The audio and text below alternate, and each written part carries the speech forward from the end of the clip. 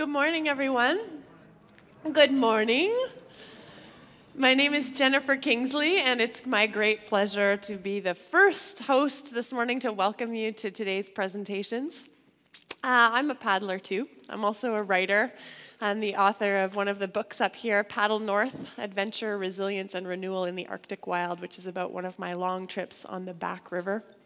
And other trip mates of mine have presented in the past here. I've always heard such great things about this event, so I'm really glad to be here. I now work as a writer and producer for Lindblad Expeditions and National Geographic as one of their global field correspondents. So I'm here between trips to Cambodia, and I'm very glad to have made it here today. And there's lots of interesting things you can read about this morning's presenters in the program, but I thought you might like to know some of the things that are not in the program. Specifically, if you want to go on a trip with any of this morning's presenters, how you could woo them. I thought that would be a good way to introduce them, because our first presenter this morning is Nancy Scott, who has worked, as you can read in the program, as a park planner with the Ontario Ministry of Natural Resources in what looks to me from the list all of the most beautiful parks and places in Northern Ontario. But if you would like to go on a trip with Nancy, you should bring hot chocolate and Baileys. That is her favorite trip food and also her guilty pleasure on trips. So that will help get you in well with her. And she would also like it if you had a good sense of humor, which we all know is great on trips. And Nancy is going to show us a film about Lake Nipigon. As you can see, Lake Nipigon, where the Great Lakes begin. So without further ado, I'd like to introduce Nancy Scott.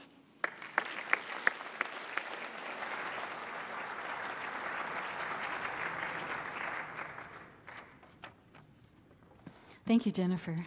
Good morning.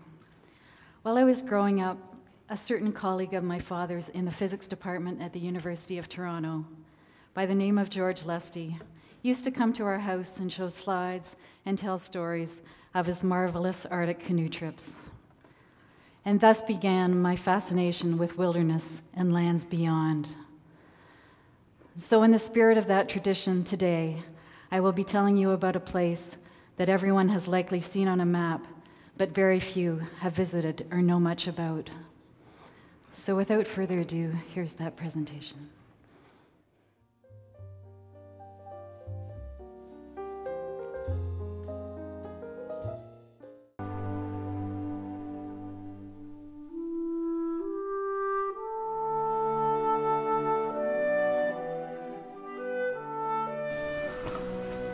There is a place in northwestern Ontario where the Great Lakes begin, a vast and remote lake of primeval beauty set in a wild and rugged landscape. It is epic and immense, a near-pristine wilderness of crystal clear waters, trophy brook trout, towering cliffs, hulking islands, brooding headlands, expansive forests, and spectacular vistas. Here at the northern edge of civilization lies this primitive lake, full of mystery and possibility, with seemingly limitless opportunities for extended exploration and profound wilderness experiences. Truly a place of grandeur and beauty. This is Lake Nipigon, sometimes called the First Great Lake. Lying to the north of Lake Superior, this magnificent body of water and its surrounding basin comprise the first and largest watershed flowing into the Great Lakes chain. Fed by Lake Nipigon and its surrounding watershed, the Nipigon River is Lake Superior's most northerly and largest tributary. It is indeed fitting that Lake Nipigon is sometimes referred to by First Nations elders as the Mother of the Great Lakes, since given its geographic position, Lake Nipigon is the true headwaters of the Great Lakes. Situated in the heart of northwestern Ontario, Lake Nipigon is shown on almost any map of North America as a major feature of the continent. With a perimeter of about 1,050 kilometers and a total surface area of 4,800 square kilometers, Lake Nipigon is the largest inland lake in Ontario and the only lake in the Great Lakes Basin that is contained entirely within Ontario and Canada. Measuring 100 kilometers long and 70 kilometers wide, Lake Nipigon is the 13th largest lake in Canada, and by area, the 32nd largest lake in the world. Located in the Precambrian Shield, Lake Nipigon lies some 50 kilometers north of Lake Superior and the town of Nipigon, and about 100 kilometers northeast of Thunder Bay. With an elevation of 260 meters above sea level and 76 meters above the level of Lake Superior, the shape of Lake Nipigon reflects its geological and glacial origins. While this immense and wild lake is renowned for its breathtaking beauty and legendary sport fishing, the area is well known for its vast resource potential and extraordinary opportunities for wilderness recreation. The lure of such diverse and inspiring recreational opportunities makes Nipigon country an area of enormous fascination and appeal, offering a wide variety of hiking trails, canoe routes, campsites, sea kayaking, and ice climbing opportunities. But its famed fishery continues to be its prime attraction, with its renowned lake and brook trout fishing and trophy northern pike fishery considered to be among the finest in the world. The natural Lake Nipigon watershed covers an area of 11,050 square kilometers and extends from Lake Superior in the south almost to the Albany River in the north. The Lake Nipigon watershed lies in the Atlantic watershed, but is located just south of the Continental Divide that separates the Atlantic and Arctic watersheds. However, due to the Agoki River diversion, the Nipigon drainage area now includes the diverted waters of the Agoki River watershed, which geographically are part of the Albany River basin. The natural wealth of Nipigon country has supported a long history of resource use, including fishing, logging, mining, trapping, and tourism. Moreover, the waters of the Lake Nipigon watershed have been harnessed to become a major contributor of hydroelectric power in this region of Ontario. It would seem that such development would have compromised the near pristine qualities of the area. Remarkably, however, Lake Nipigon appears to have remained relatively unchanged since the days of the Cour de Bois.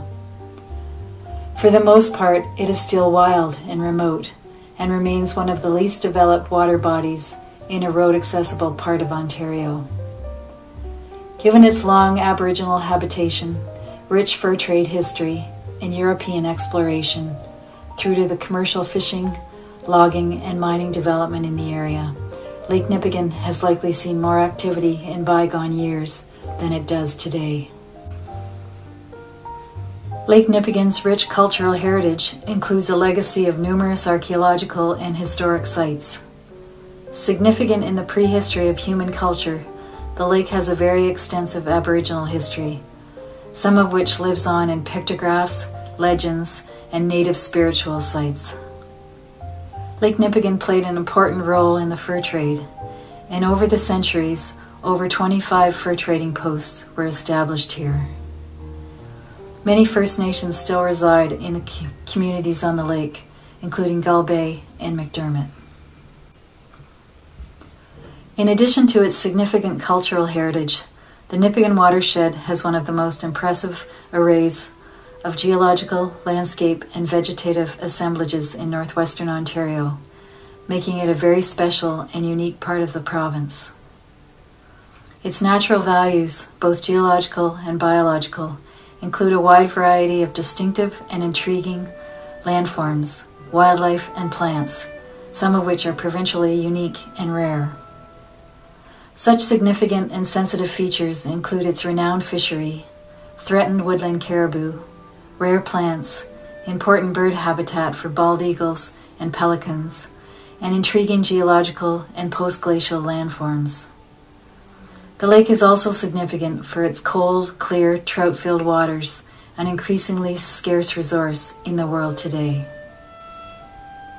Among the most striking geological features within the Nipigon Basin are the landmark flat-top hills and precipitous cliff faces, known as mesa and cuesta topography. This distinctive scenery is created by horizontal diabase sills, which form a caprock that is resistant to weathering, thus creating plateau mountains, skirted by massive cliffs over 180 meters high. At the base of these mountains are layers of fallen rock known as talus. This characteristic topography is found throughout the Lake Nipigon area in western Lake Superior, giving this part of the province some of its most spectacular scenery. Nipigon. The name has long designated the geographic features of a lake, a river, a town, and a bay in Lake Superior. But where did this name come from? In the tongue of the 17th century Ojibwe, the word for Lake Nipigon was Anami-Begon. This Ojibwe name translates loosely as the lake that extends over the horizon, or alternately, the lake that you can't see the other shore of, or most commonly, the lake you have to cross to get somewhere else. In 1755, on a French map, this one by Jacques Nicolas Bellin, shows the name as Lac Alamepigon. Following a long evolution spanning 1.5 centuries, around 1900, the word Alamepigon finally developed into Nepigon, and then the present name, Nipigon. Lake Nipigon is home to a variety of wildlife typical of northern Ontario, most commonly moose, deer, bear, wolf, otter, and beaver. But wildlife species at risk are also found here, and many people are surprised to learn that what they perceive as far northern animals, like woodland caribou, as well as far southern and western species, like the American white pelican, are both found on Lake Nipigon. Of particular significance are Lake Nipigon's woodland caribou, an animal whose population and fragile habitat have become increasingly threatened over the last century. In fact, woodland caribou are now considered a species at risk in both Ontario and Canada, making the Lake Nipigon population especially important. Caribou require large tracts of wilderness, and the availability of mature, old-growth forests with the associated lichens that are an important part of their diet are also extremely important to their survival. Both the mainland and island habitats of Lake Nipigon are used by caribou, but due to a variety of habitat disturbances are more commonly found in the northern half of the lake. Therefore, Lake Nipigon provides very significant habitat that is critical to the perpetuation of this important species. The waters of Nipigon, both the lake and the river, have become legendary, most notably for their famed fishery, as well as their unparalleled scenery. The Nipigon River has been renowned for its epic brook or speckled trout fishing since the mid-1860s, when gentlemen anglers first came to fish its exceptional trout waters. But it was in 1915, with the catching of a world record brook trout near the outlet of Lake Nipigon, that the area became truly legendary. Dr. J.W. Cook of Fort William, now part of Thunder Bay, caught a 14.5-pound brook trout at Rabbit Rapids. This served to give the celebrated waterway a mystique all its own, and it has been referred to as a river of majesty and tales untold. Nipigon country is a land of renown and home to some iconic Canadian heritage. Apart from its world-class fishery and being the headwaters of the Great Lakes, there are other icons of Canadiana which further elevate the significance of the Lake Nipigon area. In the early 1960s, a distinctive native art movement known as the Woodland style was born here. The founder and grandfather of this movement was Norval Morrisseau, a renowned native artist whose roots lie deep in Nipigon country. He was born in 1931 at Sandpoint Settlement in the southeastern reaches of Lake Nipigon. In his early years, he lived on the shores of the Big Lake before moving to Beardmore, later to Toronto, finally settling in White Rock, British Columbia. In 1978, Norval Morrisseau was named to the Order of Canada. Since then, his work has been shown all over the world, and the woodland style of art continues to be emulated by many artists. The celebrated artist died in Toronto in 2007, but his legacy remains as an iconic First Nation artist who changed the landscape of Canadian art. His paintings, as well as his writings, were likely shaped in a powerful way by those early years spent on the shores of Lake Nipigon. Norval Morrisseau's cabin still sits at the northern edge of Beardmore, now shuttered and forgotten. One of the enduring classic children's books of the 20th century is Paddle to the Sea, written by the American author Clancy Holling. Published in 1941, this is the enchanting story of an epic journey made by a little carved canoe and its canoeist. The story begins with a young First Nations boy who lives near Lake Nipigon, dreaming of following the waters of the Nipigon River and the lakes and rivers beyond to the distant sea, a journey he cannot make himself. During the long winter, he carves a canoe bearing an Aboriginal canoeist with the words, "Paddle to the sea," and "Put me back in the water," etched on the bottom. During spring breakup on the banks of a brook that leads to the Nipigon River, the boy releases the canoe so that it can begin the adventure that he himself can only dream about. The story tells of the adventures and misadventures of the little canoeist as he makes his way down the Nipigon River through Lake Superior and the other Great Lakes and on to the Atlantic Ocean. In 1964, the fabled story was made into an enduring film by the iconic Canadian canoeist and filmmaker Bill Mason. In 2009, the town of Nipigon opened Paddle to the Sea Park, an educational and interactive playground as part of their downtown revitalization project. The park features 13 interactive stations that represent each chapter of the children's book, thus depicting the various adventures of the carved paddler and his little canoe. This tourist attraction, situated near the mouth of the Nipigon River, pays homage to this legendary story of Paddle to the Sea in the primary role of Nipigon country, where the epic journey began.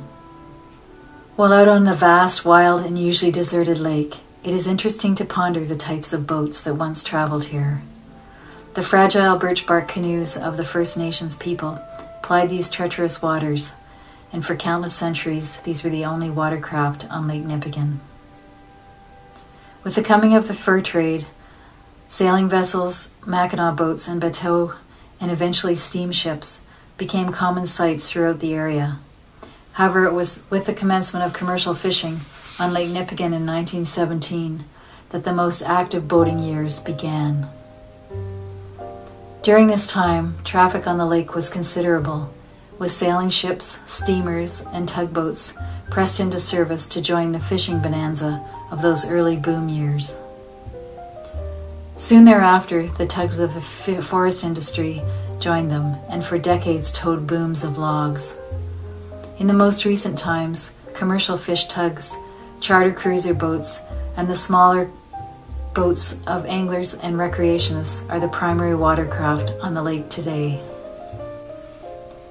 The hazards of boating on such vast, often treacherous expanses of open water cannot be underestimated.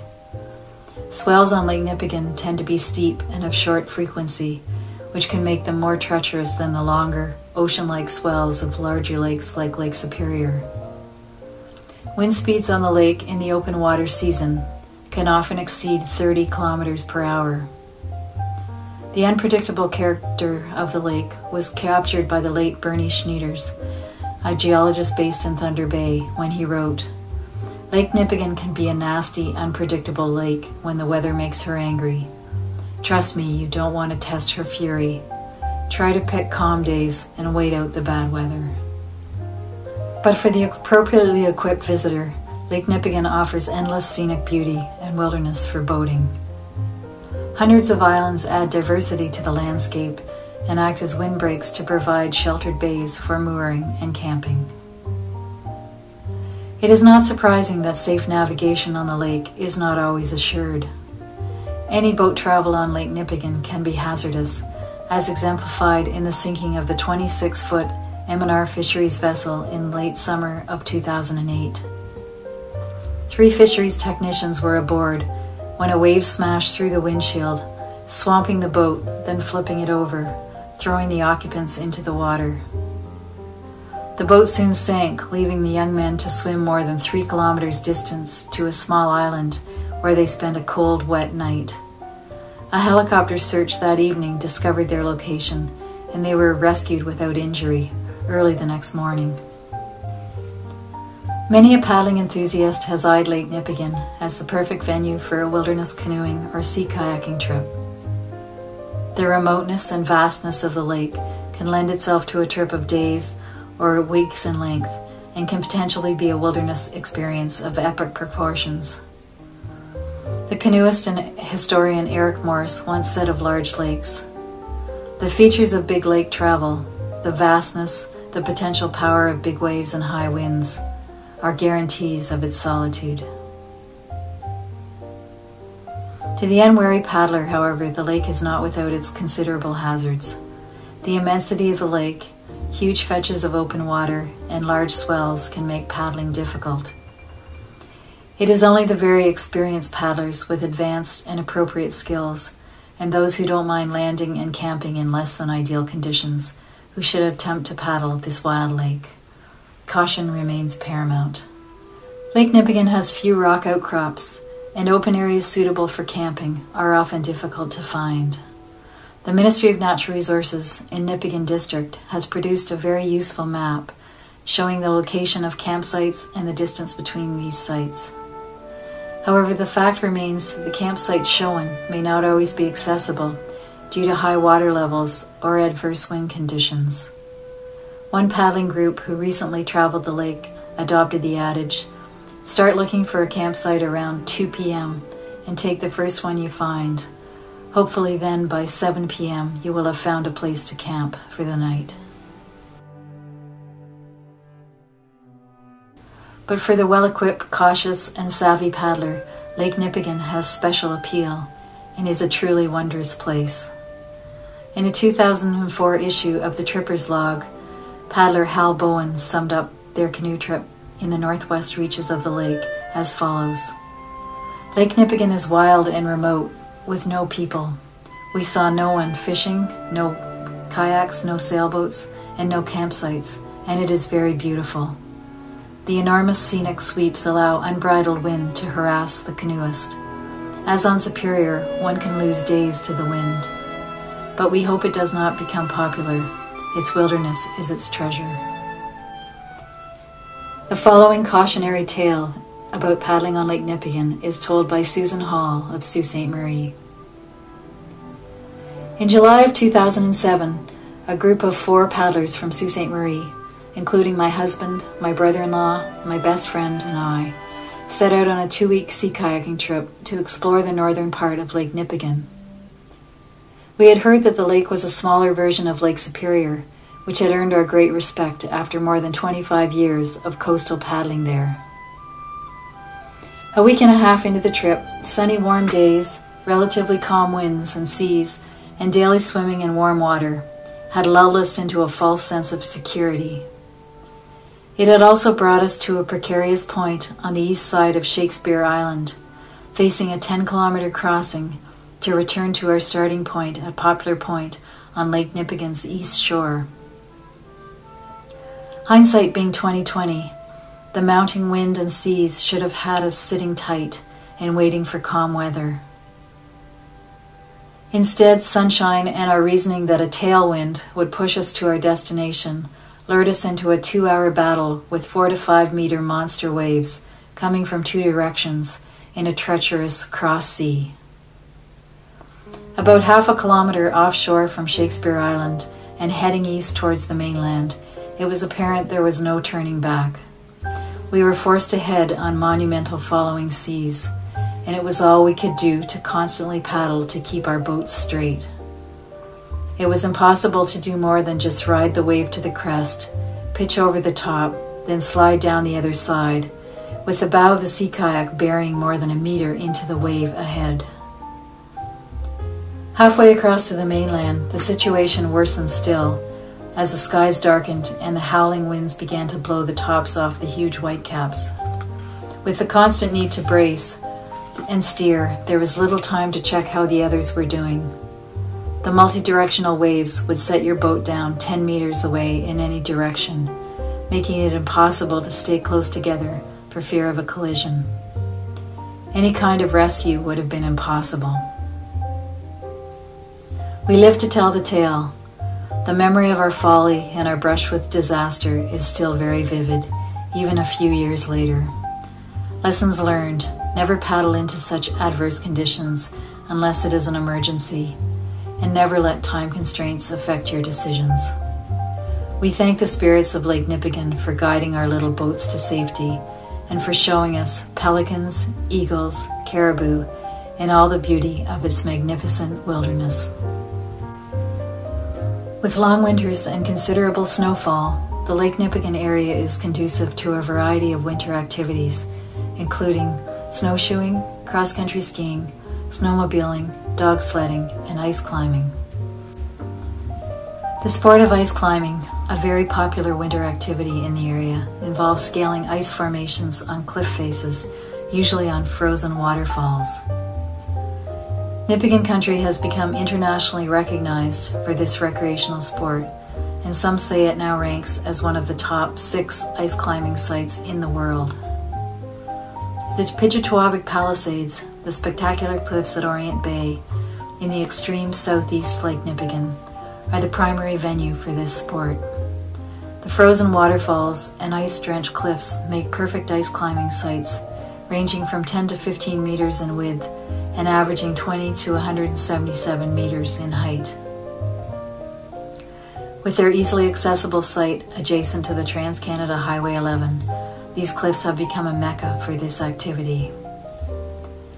The international renowned and widely attended North of Superior Nipigon Ice Fest, established in 1987, is held annually in mid-March at Orient Bay. With its spectacular scenery, Nipigon country provides a natural setting for hiking and sightseeing.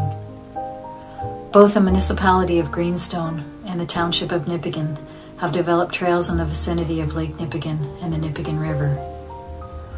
These vary in length and degree of difficulty and offer the hiker a variety of opportunities to view the landscapes and waterways of Nipigon country from a unique perspective. In 1999, most of Lake Nipigon and parts of its surrounding watershed were identified for protection within a 370,000 hectare protected area, known as the Lake Nipigon Basin Signature Site. This was achieved under Ontario's Living Legacy, a part of Lands for Life, which was an ambitious and extensive planning process undertaken by the Ministry of Natural Resources. The mandate of this program was to identify and protect more parks and conservation lands within the province of Ontario. The Lake Nipigon Basin Signature Site strategy states that the area will be managed to retain its significant natural features and will retain its focus on recreation and tourism. The Lake Nipigon Basin contains 17 land use designations, including 8 provincial parks, 4 conservation reserves, and 5 enhanced management areas. These protected areas collectively total 246,000 hectares and serve to protect and enhance the special characteristics of the area. More recently, the designation of signature site has faded and is no longer commonly used to define these protected areas. However, these areas endure and will continue to afford protection to these significant natural, cultural, and recreational landscapes. Maintaining the ecological integrity of the aquatic and terrestrial environment of the Lake Nipigon Basin is essential, not only for the protection of Lake Nipigon, but also for the benefit of the watershed, the greater region, and, as its headwaters, the entire Great Lakes Basin. It can only be hoped that long into the future, the glory of the Nipigon will be treasured, appreciated, and protected as the spectacular wilderness lake it is. And may Lake Nipigon always retain that iconic wild and near pristine body of water, befitting its unique setting in the geography of Canada, that special place where the Great Lakes begin.